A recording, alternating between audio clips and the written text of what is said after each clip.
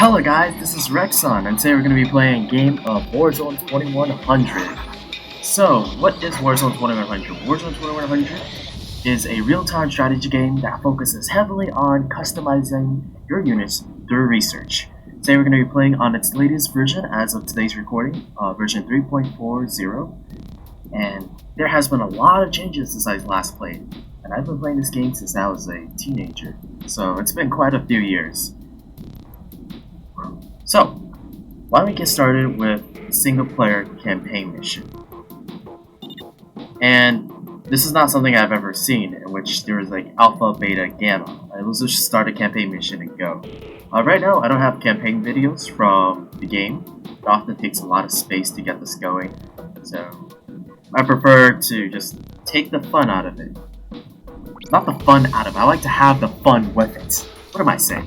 So, would I recommend this game before getting started? From my experiences, yes. Is the game runnable on a lot of platforms? Yes. In fact, you can find this game on any platform you should play on. And not only that, this game is open source. It's community-led and driven. Most of the changes over the course of 20 years, fun fact, have been numerous. And furthermore, the game can run on almost anything, even cheap, terrible integrated graphics card that you find on most cheap laptops. And of course, this will run on a dedicated one, which is what I have here. There are a lot of different mods to improve the gameplay experience, but one thing I'll say for sure, this game is really very polished, and we'll see why when we get to the campaign. So we're going to start the alpha campaign, see what the game's all about.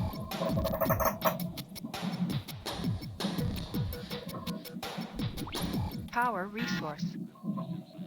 Check your logs. That's the first time I've ever seen that. I'm not going to pay that too much attention. Game should work just perfectly fine.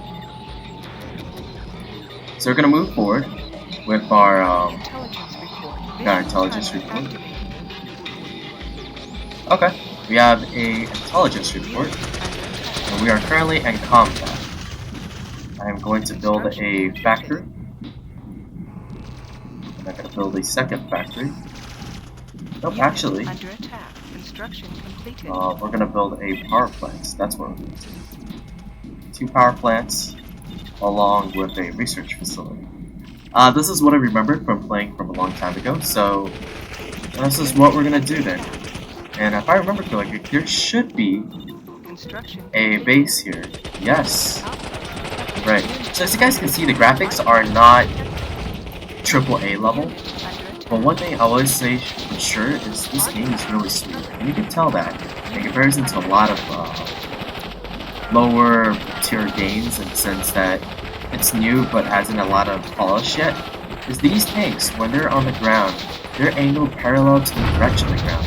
A lot of times in lower quality games, in my opinion, is you have situations where tank clips through flat onto the ground, which I don't find to be a very pleasant experience.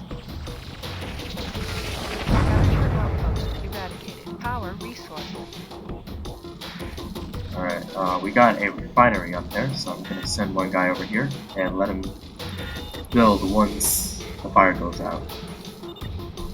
There should be enemies, if I remember correctly, up there. Construction completed.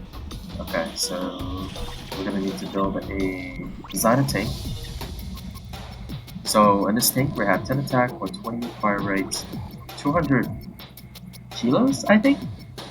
Kilos. I don't know what the actual weight mechanism is. 6 range, fires machine gun, uses half tracks, I believe, viper body. Half tracks, basically a lightweight tank. But since we're fighting against scavengers, we're basically post-apocalyptic survivors, it shouldn't be much of a problem. We're going to go to our build, and we're going to place, actually not our build, our factory, manufacturing places. We're going to set a rally point, and start building a lot of these guys. Unit under attack. Alright, this should stop burning soon. We're not going to be too aggressive. We're going to need to build more units as time passes. build more factories. It's not particularly necessary to build these many factories for what I remember. Construction What's more important is getting the construction research in. completed. Production completed. Right now the goal is to establish a army of sorts and push forward. And you right click to shift around. So while the game graphics isn't like top tier, it's actually pretty good in my opinion. Production completed. At least for graphics at this age.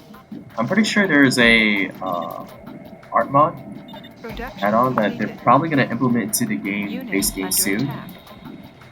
And that significantly, drastically makes the game look better, like crazy better. Of course, it's got some cost of performance, but since it's been quite a while in the making, I don't see it being a big issue. We're gonna shift this guy's rally points all the way up here, and then thing's about to die. I don't really care. These tanks, once we get more research, it shouldn't be much of a problem. I think we have enough to just straight up push and attack the enemy.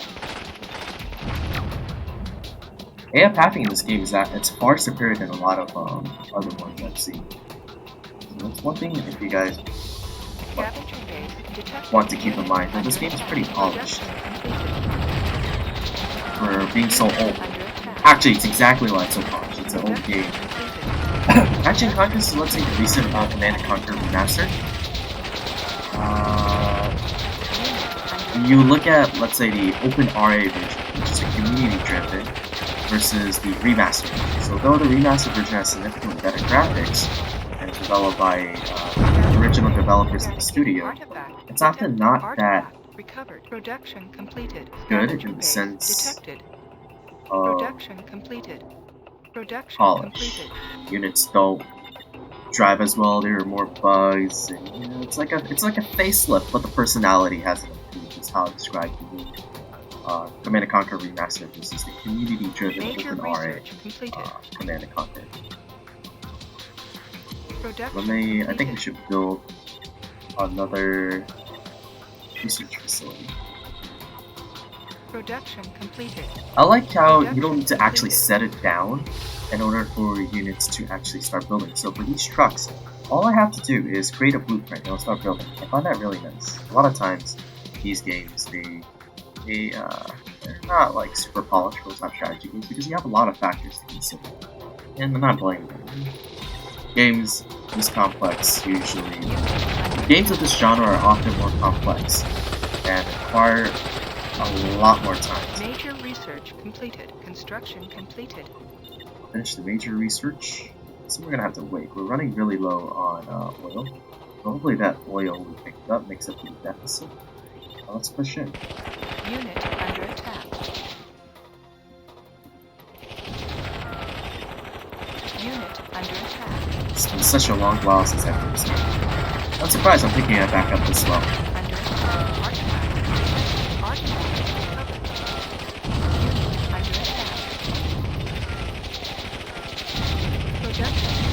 Production completed. Scavenger base eradicated.